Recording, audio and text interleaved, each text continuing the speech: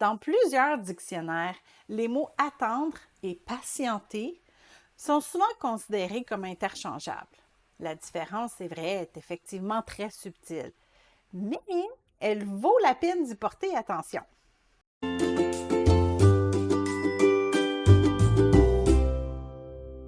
La différence entre attendre et être patient se trouve dans l'attitude qu'on prend durant le processus.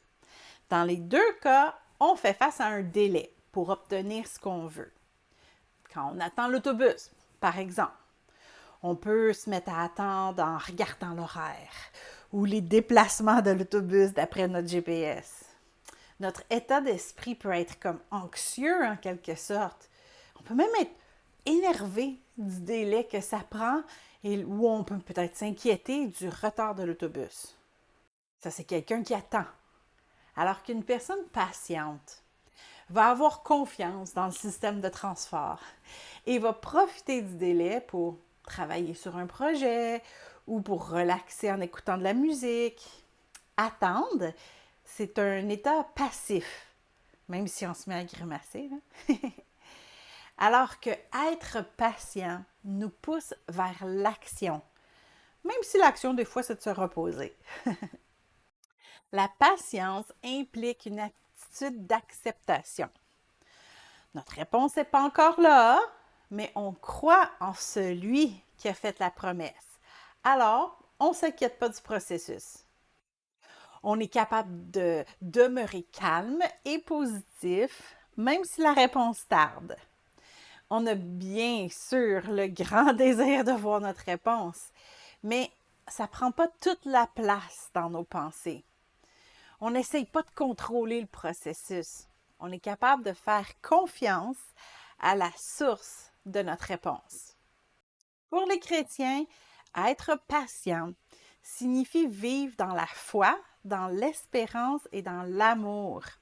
C'est une solide base qui ne flétrit pas. En somme, trois choses demeurent, la foi, l'espérance et l'amour. Mais la plus grande d'entre elles, c'est l'amour. 1 Corinthiens 13:13. C'est quand on est patient, qu'on a vraiment confiance à celui qui a notre solution, Dieu.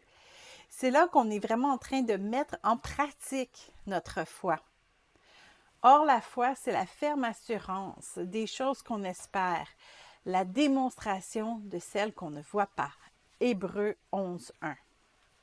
Célibataire, dans quelle attitude se fait votre attente d'un ou une partenaire?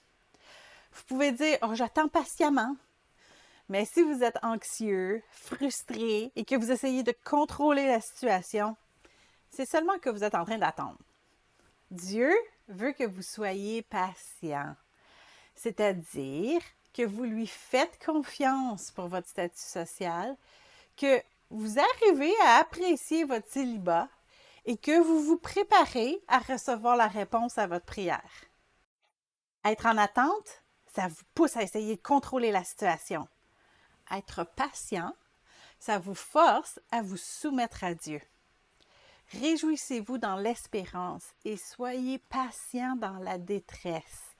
Persévérez dans la prière. Romains 12:12. Le roi Saül attendait le prophète Samuel. Il n'était pas patient. Vous pouvez lire ça dans 1 Samuel 13. Quand Samuel a tardé à arriver, Saül a perdu patience puis a commencé à agir exactement contraire à ce que Dieu lui avait dit de faire. Puis les conséquences pour lui ont été assez radicales. C'est en fait un très bon exemple à ne pas suivre.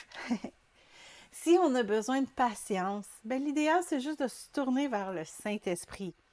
C'est d'ailleurs un des fruits de notre relation avec lui.